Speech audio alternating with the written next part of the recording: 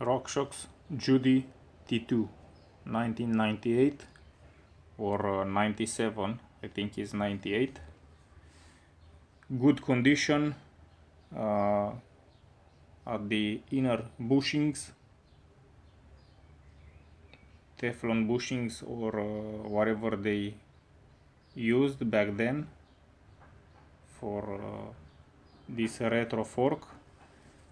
Even the paint is in good condition, but here and there the coat is just crisp, let's say like that. I don't think it's a galvanic corrosion problem, but rather just the coat being old. It's also thick, it's also shattering, let's say like this, so it's not flexible, whatever. The uppers are in good condition, very good condition. Basically what I saw on YouTube, they were in pretty bad shape, and I mean the coat around the moving in the contact with the bushings was cleared. So basically this is in very good condition. I don't know if it's just a very well preserved fork, not that much ridden, aka bike. The bike is also in good condition, but anyways, it is surprisingly good, and I am pleasantly surprised.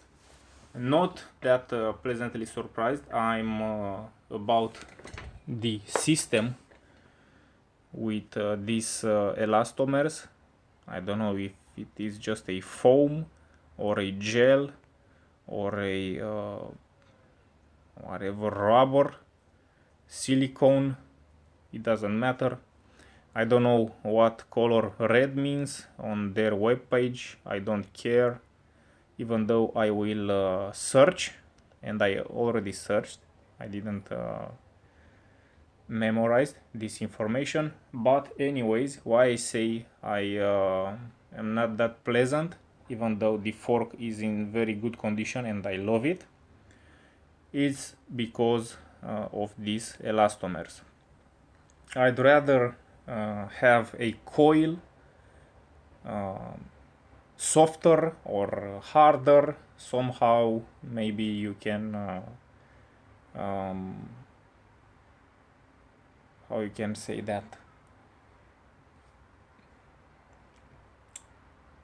you can find when you buy a bicycle, like this bicycle was bought secondhand, you can find inside your specific weight. Of course, with these elastomers can happen in the same way, but I think and I know this kind of stuff generally by its chemical composition is tearing apart, is just shredding, is just melting, is just whatever. This is in good condition, but anyway, I don't like to just ride on elastomers. I never rode on them, and I don't want to ride from now on. As a matter of fact, as you see here, I have a bit more parts. To be specific, I have this coil, which was not inside the fork when I opened it, and this one.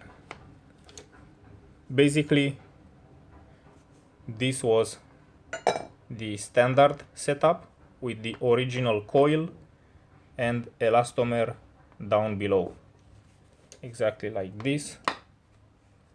This is the original way shape or whatever. Both sides are identical. I'm in doubt. I doubt if these axles, these whatever these parts are like this, because I found these sides inside, and whatever was a bit of a difference inside. So I don't know how these two need to go.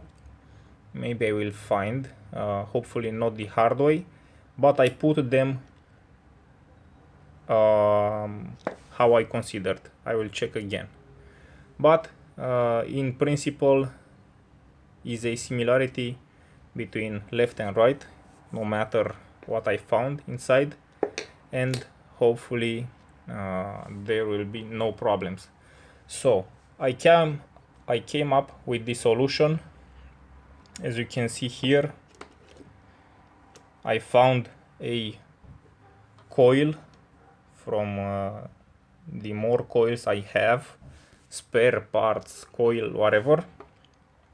Of course, you can order a complete kit, a rebuild kit with coils, with whatever, from eBay or whatever Americans use. But I found a coil on almost the same length. More so, I wanted from replacing these things a harder preload, a harder coil, a harder fork in the end. So as you can see, it have, let's say, 1 centimeter more with this coil. Of course, I think it's a bit you name it, harder than this elastomer, but I will test. Of course, I can just implement this coil on one side and still use on the other side an elastomer, like you see here. But I also found a different coil length. As you see here, it's a smaller one, just almost a bit bigger than the elastomer. Of course, you can say it's a lot bigger. Yeah, it's a lot bigger. But this system, as you already know, you twist this knob here and this here, and this plastic basically is going down until it touches here. So that's an adjust. Of course, that platform there is going down also and is pressing into the coil. So if we measure that distance there, is not that big, this coil anymore. So basically I will replace both of these elastomers. How I expect everything to work: as hard as possible, as good as possible. I want a very stiff fork on coil. This fork is only on grease, so it's not functioning with oil. Of course, I will put inside a bit of oil. To not mention that the bottom screws and washers came up with washers with no need to seal the oil, so are just some simple washers, and I just change them with some normal, let's say like this, Rockshox washers.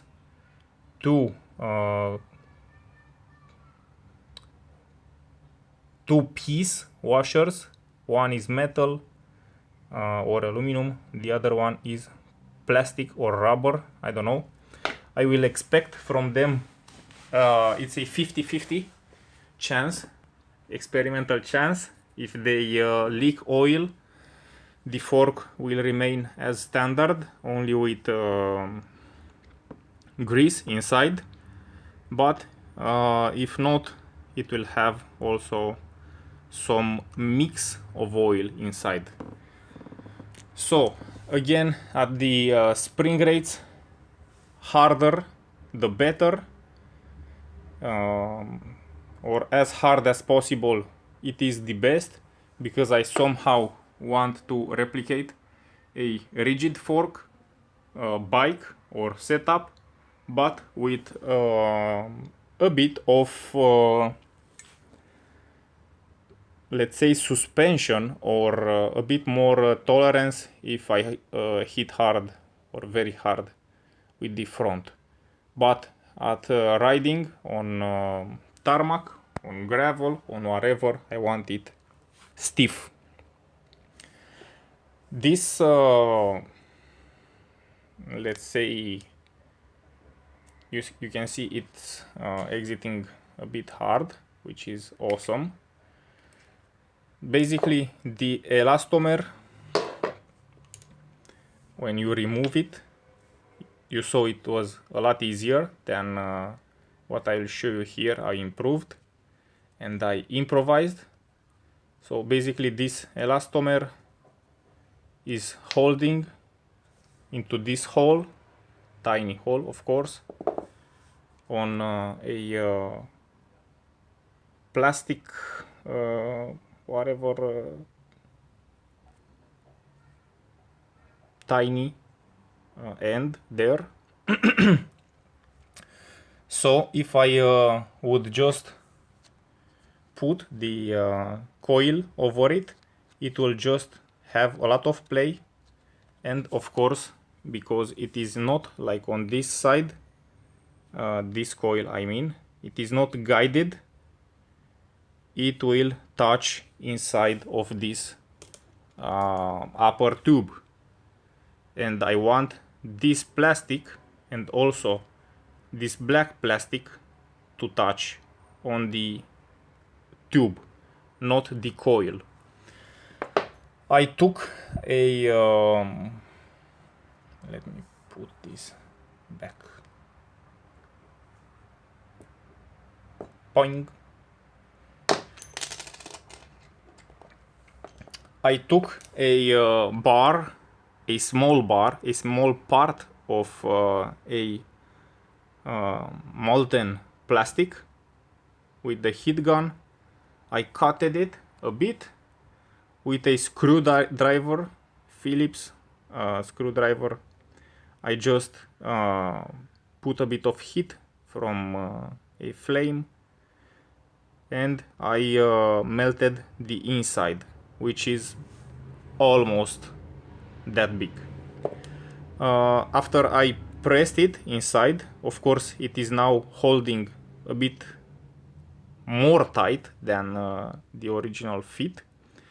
It is not straight, you can see basically it rounded a bit at the base, which is awesome. I mean here where I touch, because I inserted, I forced a bit inside that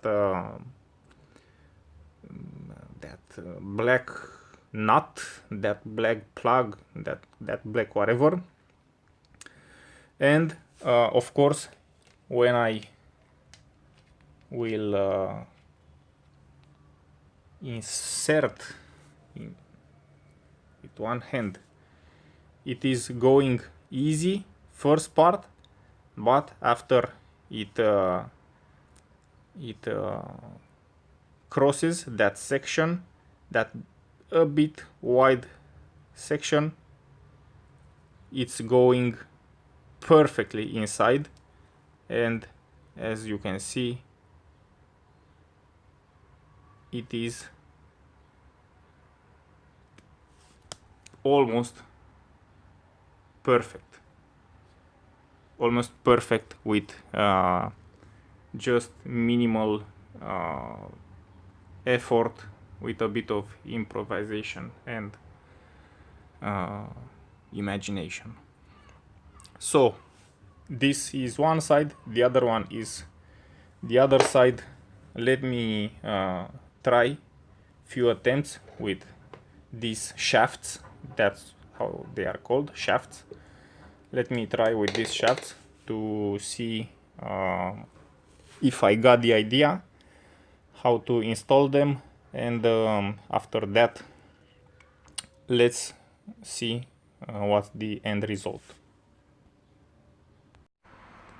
It is now done, completed, and installed. I already toasted, yeah. I already tested it. Basically, oh, I forgot which side.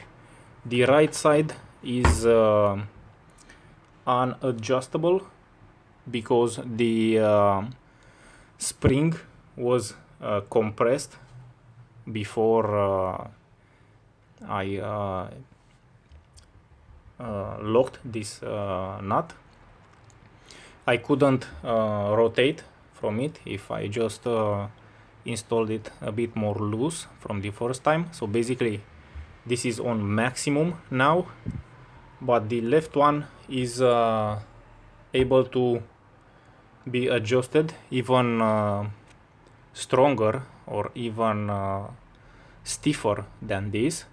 But as I already tested, as I said, it is, I don't know if it's called perfect, but basically it is exactly what I asked for. A very, very, very, very stiff fork on coil, not on those crappy, stupid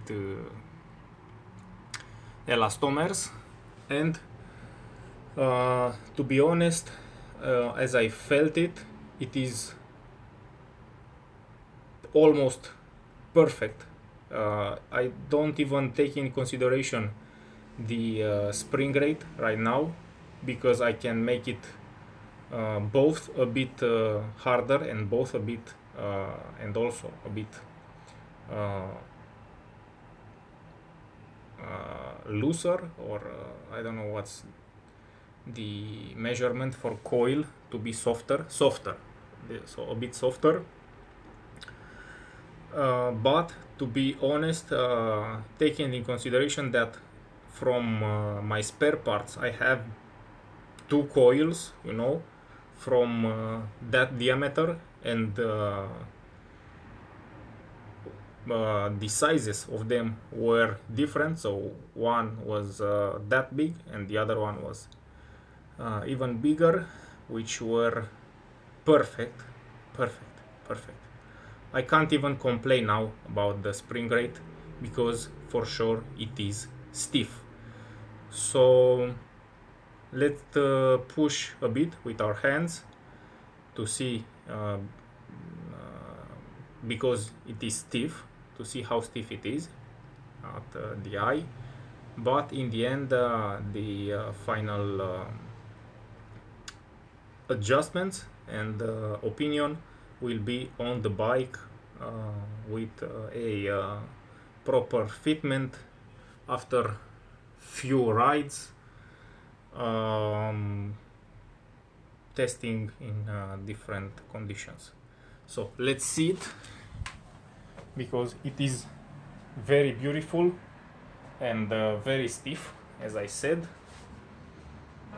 And let's keep an optimistic point of view from now on until we will experience this beauty. It is awesome, awesome. No sounds, nothing. And basically until tomorrow in the morning it will stay right here into this safe place, because as I said, I put these washers, this modern, let's say, this actual Rockshox washers, and I want to see if it keeps the oil inside. If it keeps the oil inside, it is really good. I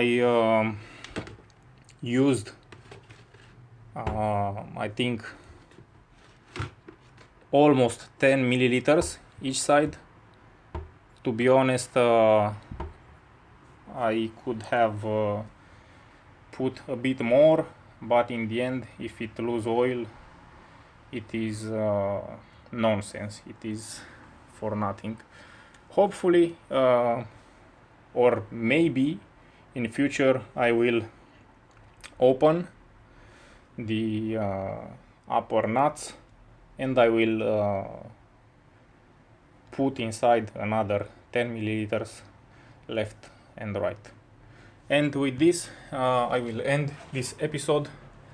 See you in the next one, testing this bike, which will be a bike for my personal consumption, aka a bike to ride almost daily with pleasure, or let's say like this, a retro city bike. So not a bike to ride hard, but a bike to move in city under the radar of everybody. See you.